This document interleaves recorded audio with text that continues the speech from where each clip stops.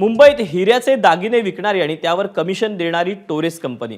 अवघ्या एका वर्षात या कंपनीने मुंबईतल्या काही भागात आलिशान शोरूम्स उघडली, वेगवेगळी प्रलोभनं दाखवून गुंतवणूकदारांना आपल्या जाळ्यात ओढलं आणि हजारो कोटींचा चुना लावून एका रात्रीत सगळ्या शाखांचं शटर डाऊन केलं। आता गुंतवणूकदार गुंतवलेल्या पैशांसाठी धावपळ करताना पाहायला मिळतात। त्यात एका भाजी विक्रेत्यानं तब्बल 14 कोटी रुपये यामध्ये गुंतवलेत आणि पुढे नेमकं काय घडलं याचा आढावा घेणारा हा विशेष रिपोर्ट पाहूया। ग्रैंड ओपनिंग दिन हम लोग भी एंट्री की, ऐसा घूम के आए हम लोगों ने। अंदर जाके बहुत सारे सेलिब्रिटी लोग आए थे। मैंने 21 जून को उनके साथ जाके 6,70,000 रुपये का परचेज़ किया, तो उसके वे कुछ 40,000 समथिंग 242 रुपये आते थे। 4-5 हफ्ते आए। दूसरे लोगों को, बहुत सारे ऐसे लोग थे जिनके नाम पे मैंने पेमेंट डाल दिया था। कितना डाला है अभी टोटल? अभी समथिंग कुछ 4-4.5 करोड़ के आसपास है। 4-4.5 करोड़ के आसपास है। ऐकलात? स्वतःचे 4-4.5 कोटी आणि नातेवाईकांकडून घेतलेले असे मिळून तब्बल 14 कोटी रुपये या भाजी व्यापाऱ्यानं टोरेसमध्ये गुंतवले।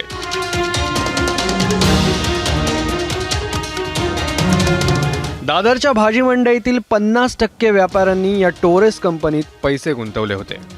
त्यापैकीच एक आहे प्रदीप कुमार वैश्य। कंपनीचा झगमगाट, पार्ट्या, सेलिब्रिटींची ये-जा हे सगळं पाहून प्रदीप कुमार यांनी गुंतवणूक केली। सुरुवातीला भारी रिटर्न्स मिळाले आणि प्रदीप कुमार यांचा कंपनीवरचा विश्वास वाढला।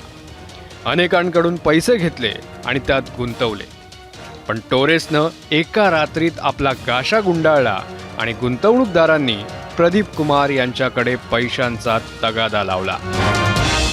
जो लोग सर अभी हमारे भरोसे पे पैसे दिए, अभी आप हमारे सामने ही देखो, इनको भी पैसा देने का, ये भी हमारे पास आए हैं, पैसे के लिए ही आए हैं। ये बोलते हैं कि हमको टोरेस से मतलब नहीं है, आप हमारा पैसा दो, हमको पैसे से मतलब है। आप टोरेस में डाले हो उससे हमसे मतलब नहीं, आप हमारे पैसे दो। अभी ये हमारे व्यापारी हैं, ये हमको नींबू देते हैं, ये भी अभी हमारे सामने ही हैं। गोरेगावच्या आसमा सय्यद यांनाही टोरेसनं गंडा घातलाय। चेन मार्केटिंग प्रमाणे त्यांनी स्वतःसोबत आणखी अनेकांना टोरेसशी जोडलं आणि एकूण 40 ते 50 लाखांचा चुना लागला।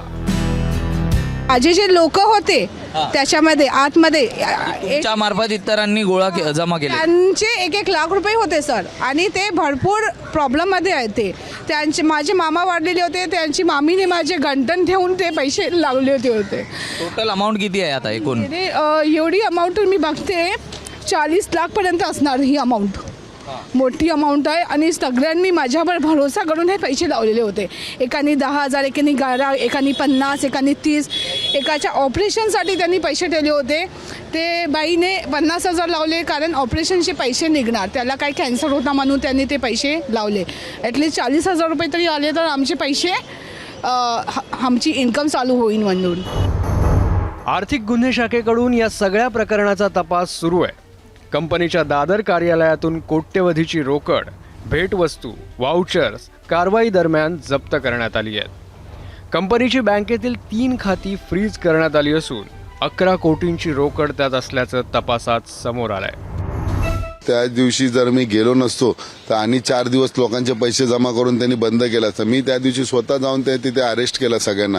तुम्ही एसीपींना मी रात्री 12 वाजता उठवलं, त्यानंतर पूर्ण शिवाजी पार्क पोलीस स्टेशनची सगळी टीम घेऊन आलो आणि त्या माणसांना, जेवढे रशियन माणसं होते त्या सगळ्यांना मी अरेस्ट केले। जे रशियन पकडला, तर काल सुद्धा रात्री मी तिथे गेलेलो, ते ऑफिसर होते, ते म्हणाले काहीतरी त्यातून सुगावा लागण्याचा प्रयत्न आहे। कंपनीच्या कार्यालयांबाहेर आजही शेकडो गुंतवणूकदारांची अशी गर्दी दिसते। मुंबईसारख्या मोठ्या शहरात एक परदेशी कंपनी येते, आपलं जाळं विणते, सर्वसामान्य ग्राहकांना भुलवते आणि करोडोंचा गंडा घालून 1 वर्षाच्या आत क्षणात गायब होते। ही बाब गंभीर आहे। आता टोरेस ही काही पहिली अशी कंपनी नाही आहे ज्यांनी नागरिकांची अशा पद्धतीने फसवणूक केलेली आहे। याआधी जर आपण पाहिलं तर क्यूनेट, त्याचबरोबर Pearl, bitcoin, Sharda chit fund यासारख्या असंख्य अशा कंपन्या होत्या ज्यांनी अशाच पद्धतीने नागरिकांची फसवणूक केलेली आहे। या सर्वांच्या घोटाळ्यांच्या बातम्या देखील माध्यमांमध्ये आल्या होत्या। गुन्ह्यांमध्ये आरोपींना अटक झाली, मात्र एवढं होऊन सुद्धा नागरिक अजूनही अशाच आमिषांना बळी पडताना पाहायला मिळतंय आणि त्याचंच एक उदाहरण म्हणजे हे टोरेसचं म्हणावं लागेल।